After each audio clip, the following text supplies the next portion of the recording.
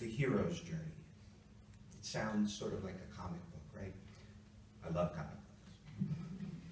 There's a quote from the TV show Star Trek, speaking of exploration. If you can't take a little bloody nose, maybe you ought to go back home and crawl under the bed. It's not safe out here. It's wondrous, with treasures to satiate desires both subtle and gross. But it's not for the timid. It's superhero stuff, right? Some of you are familiar with Joseph Campbell, maybe through PBS or some of you. In the video we watched, we saw a primer on the hero's journey. And we begin to see the journey is so common throughout cultures, throughout history, throughout art forms, from cave paintings to electronic gaming and films. In trying to find purpose, an appropriate reading for this service, I came across what Lynn just read, and it adds another layer of meaning to the hero's journey.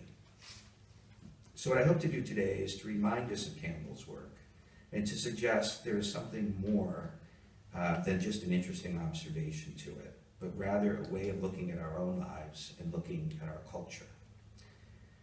Being something of a skeptic, I really take notice of folks through the power of ideas move my spirit, make the hair on the back of my neck stand up. Carl Sagan did that for me as a child, that we are part of an infinite cosmos that we only are beginning to understand, yes, and the assurance that humans show every sign of being able to forever build upon that knowledge of the universe. That moved me. In a similar way, Joseph Campbell engages me. The idea of this pattern of the hero emerging all over the world, wherever our ancestors gathered, suggests perhaps these common myths shed some light on what it is to be human. Think of that, a connection, a window into our souls, a window into our essence, the journey. The call to adventure comes first. Luke Skywalker, Dorothy and Oz, a new job, committing to face a fear, determining to right a wrong. As we heard in the reading, our calls to adventure early in life are definitive, they are shaping, they are epic. But we can look around in our own congregation and see that the call to adventure is heard by all of us, regardless of age. The call to adventure, then the descent into the unknown, coming face to face with our fears, solving the riddle. I had to make major moves, not entirely my choosing, 3 times in my adult life. None of these were easy. All involved leaving friends behind and essentially beginning a new life. I've made mistakes. I've lived with regret. But I've also discovered truths about myself and the world. We've all done this, right? Career choices, beginning romantic relationships, marriages, making family choices, becoming involved in communities, and pursuing our passions. So Dorothy exposes the great Oz as a fraud and discovers the magic within herself. Luke Skywalker, with the help of a mentor, destroys the Death Star. St. George slays the dragon. In the call to adventure, the descent into the unknown, and then reemergence, returning home different than we were, with a treasure, a special knowledge, and finally the hero is ready to embark on an adventure once again. We call our reading. Campbell reminds us that a hero's quest is not without consequence. Nothing is. We grow older, we make mistakes, we fail to act with integrity, and this can weigh on us. It's not nice to live with, Campbell says, and we still grow older. And as we do for some, our call to mentorship can come, even as we continue on the hero's quest ourselves. The greatest journey that Campbell spoke of was this. You may have heard this. Follow your bliss. The ultimate quest. By this, Campbell was not advocating narcissism or selfishness. What he would tell his students and tell us was that finding the thing in life that engages you viscerally, heightens your senses, sparks you to greater knowledge and expertise and skill and consequence, and do that thing. The call to adventure then, the descent into the unknown, and then the reemergence. Then the recognition of a thing that engages your passion and following your bliss. The cave paintings in Lascaux, France, the earliest known examples of human artistic expression, reflect the hero's journey. Campbell found that in every culture around the world, there were rites of passage, initiations into adulthood that metaphorically presented this journey. So the model pervades us. It is part of our culture, it's part of our history, it's part of our DNA, and it inspires a way of viewing the challenges in our lives. But wait a minute. The hero's journey as a passage into adulthood? It seems that throughout history, cultures have used such rituals of initiation of the child into the adult. The communities nudge forward a young person from selfishness into selflessness, from an individual part to a part of the matrix, and with support and the responsibilities that come with this transformation. But we can fail at that, can't we?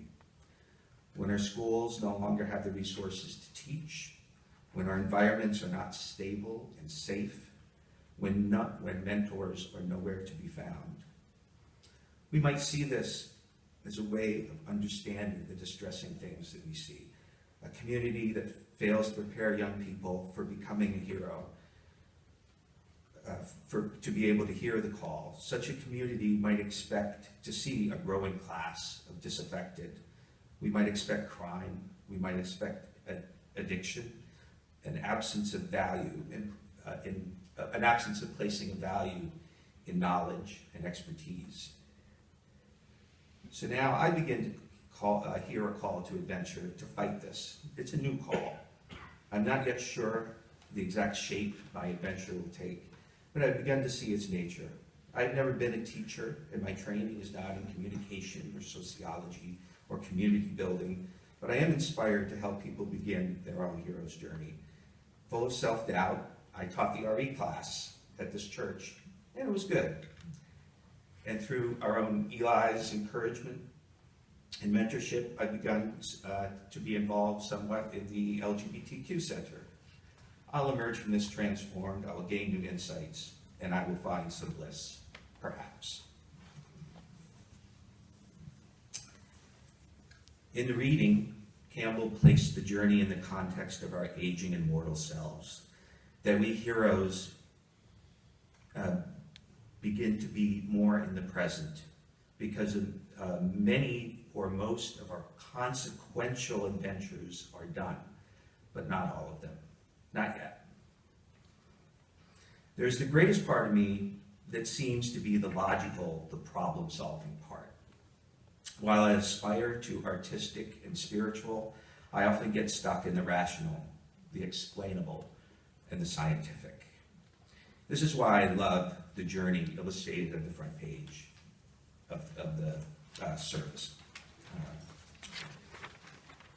It's something that's rooted in history. It's a framework. It's revealed through study and testing, and it's explained through inspiration, insight, and a learned talent.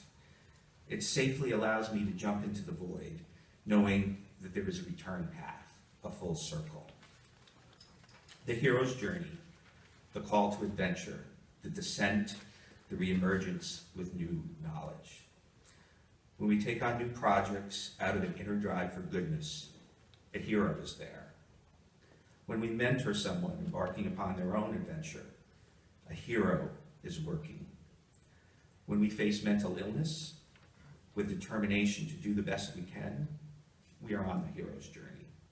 When we fight addiction, we are heroes. When we realize that our child is not the person we expected them to be, but we love them all the same and we support them all the same, we are on the hero's journey into the unknown, as heroes do. When we begin anew and acknowledge that we need help to succeed, we are embracing the heroes around us. In the end, we still have to live with the consequences, Campbell says. good ones, living in the moment, and regrets, maybe, that we could have done better. Such is the life of the hero.